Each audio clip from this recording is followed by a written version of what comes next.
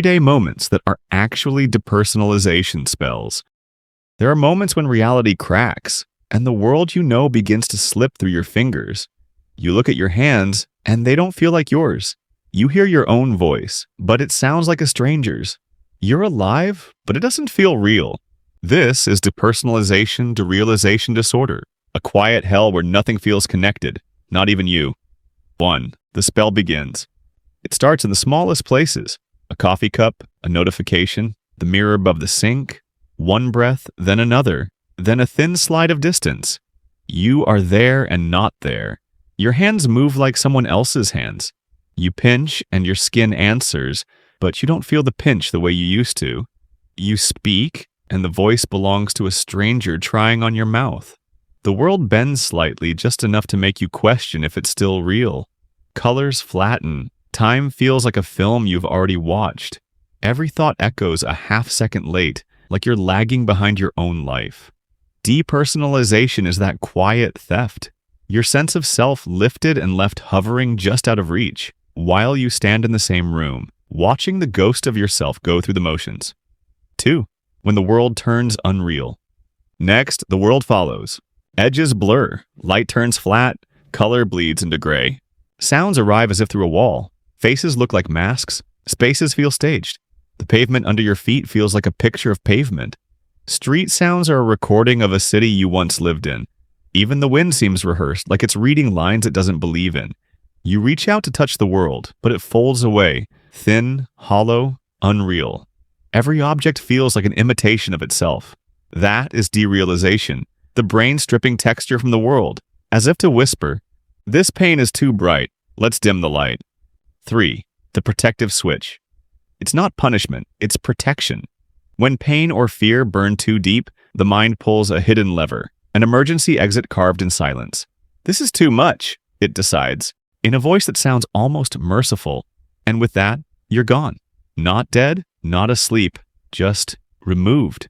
You hover somewhere above your own skin, watching your body move through the motions like a marionette. You become the spectator of your own heartbeat, your own laughter, your own tears. It's a safeguard turned exile, a mercy that hardens into distance. It shields you from the flames, yes, but it also steals the warmth, until even love feels like light behind glass, untouchable and dim. 4. The paradox, the loop. And here's the cruel loop. The harder you chase realness, the faster it runs. You press your palms against your cheeks, whispering, I'm here. But the words fall flat, like echoes in a hollow room.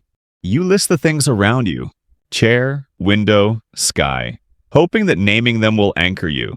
But the more you reach for solidity, the more it dissolves like mist between your fingers. That desperate focus becomes a magnifying glass on emptiness, and emptiness expands, feeding on your effort. Trying harder only tightens the knot. The search for certainty becomes the trap itself, pulling you deeper into the quiet void you were trying to escape. 5. Living in the void. So you move through days stitched together by autopilot, a ghost in your own timeline.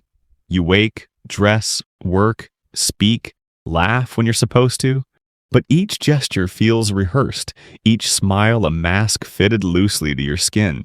You sit at birthday tables, surrounded by warmth and light, yet watch from somewhere a few feet behind your eyes. Songs that once cracked you open now skim the surface, leaving only faint vibrations. It's not that you've stopped caring. It's that caring feels like remembering a language you once spoke fluently. You try grounding, cold water, textured stone, a song that hums like a pulse. They help, sometimes, but they are small anchors in an endless drifting sea. 6. The return to self. Return is not a switch. It is a slow, stubborn stitch, a delicate reweaving of what was once torn. It doesn't happen all at once. It comes in small, trembling moments. A sound that finally lands, a laugh that feels real again, a hand that touches yours. And for a heartbeat, you don't have to try to feel it. Therapy helps. Time helps. Rest, softness, grounding.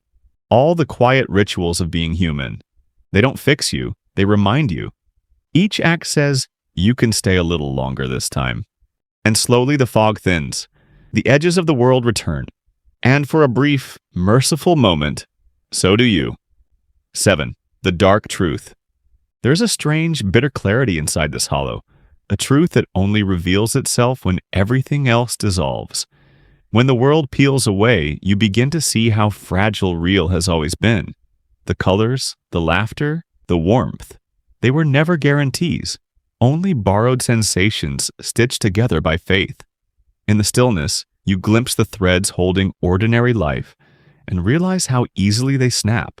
Some make it back, changed forever, eyes quieter, hearts softer.